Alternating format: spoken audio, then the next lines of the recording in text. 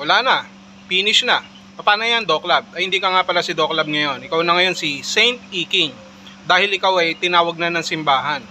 So ngayon, paano ngayon yan? Nilaglag ka ni Nanay Hansel. Ikaw daw pala ang isa sa nagtulak, no, para magpatulpo. Akala ko ba mataas ang respeto mo kila Kuya Bal at kay Kalinga Prab? Bakit parang, hindi pala parang, bakit gumapang ka patagilid o patalikod? Sinasaksak mo ng patalikod.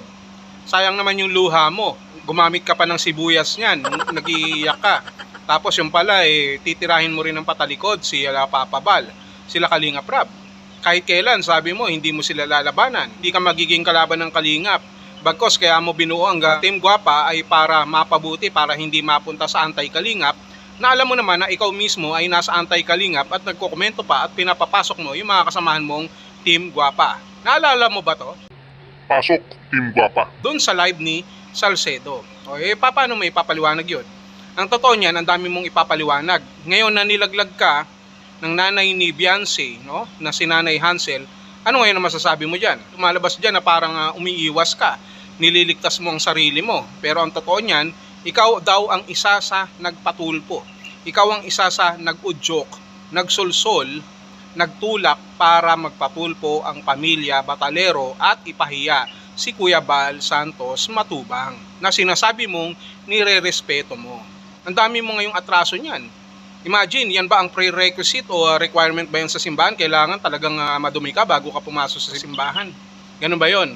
Para kapag pasok mo sa simbahan, magmumumog ka na lang ng holy water o maliligo ka ng holy water. Ganun ba yon? Saint Iking. Ito tanong ko lamang sa ito kasi wala na eh. Ang totoo niyan, sabi pa ni Nanay Hansel, sila na lang daw ang lalayo. So kapag sila ang lalayo, ibig sabihin, lalayo sila Beyonce sa inyo. Paano ang Team Guapa? Ibig sabihin, buwag na ang Team Guapa. So nagkatotoo pa rin sinabi ko na hindi pa man nagsisimula ang Team Guapa, masisira na, mabubuwag na. Di ba binanggit ko yan nung mga nakarahang vlog ko pa na hindi magpapatuloy yan. O ngayon, nangyayari na yan. Hindi lang sponsor pala ang mag-aalisin dyan, pati mismo yung subject nyo. No? Si Marimar, si Beyonce, lalayo na. Paano pa magpapatuloy yung sinasabi mong simbahan? Baka maging sementeryo na ngayon yan. Paano ba? Ang hirap niya, no? Mahirap. So, saan tayo dadamputin ngayon? Saint Iking. Nagkabukingan na. At itong si Red Saint naman, total nakadikit din naman sa iyo yan.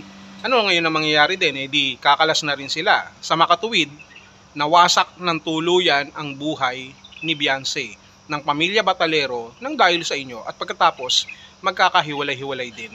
Wala pang naumpisa na matibay. Hiwalay na. So, saan ngayon tayo pupunta niyan? Huli na ang lahat. Wala ka na rin mukhang maiharap. At hindi lamang yan, masyado mong pinasikip ang mundo mo. Paano kapag pagkakatiwalaan ng ibang tao niyan?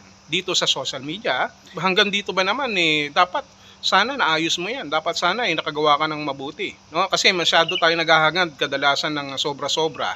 Kaya sobra-sobra din ang nangyari sa atin. Masyadong gusto nating umangat ng mabilis. Kaya ang pagbagsak natin ay mabilis din. Bumubulusok, masakit ang pagbagsak. Ayan, ngayon, yung nilaglag ka ni Nanay Hansel, masakit yun. Kasi wala ka nang maipapaliwanag pa. Mag-aalisan ng mga sponsor, mag-aalisan yung mga supporters, at ang Team Guapa, saan na dadamputin? Wala na.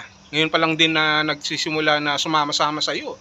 Itong si Red Saint, mabubulilyaso pa. Sayang naman ang pagiging speaker niyan, yung pagiging madaldal. Tapos wala rin palang mangyayari. Kawawa naman. Ano ngayon ang mangyayari dyan? Lalo na kay Beyonce. At hindi lang yan, sabi ko nga kanina, baka wala na magtiwala sa iyo. Hindi ka na rin naman makakabalik sa Team Kalingap dahil sa ginawa mo, no? Sa Team Kalingap at ngayon sa sarili mong grupo na binuo mo, no, na Team Guapa, wala rin naman mangyayari ngayon dahil magkakanya-kanya na kayo ngayon.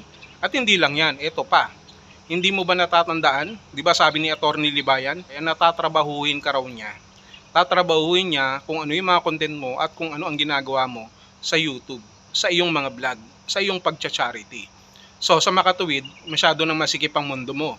Kaya siguro ay marahil ay nandiyan ka na sa simbahan ngayon para magkumpisal kay Father. Total nandiyan ka na, magkumpisal ka na rin kung ano yung mga kasalanan mo at mga pagkukulang mo. Baka sakali pa, sabi ko nga may mga pag-asa naman tayo, 'di ba, na magbago. Dapat natututo tayo sa ating pagkakamali at hindi na yan mauulit.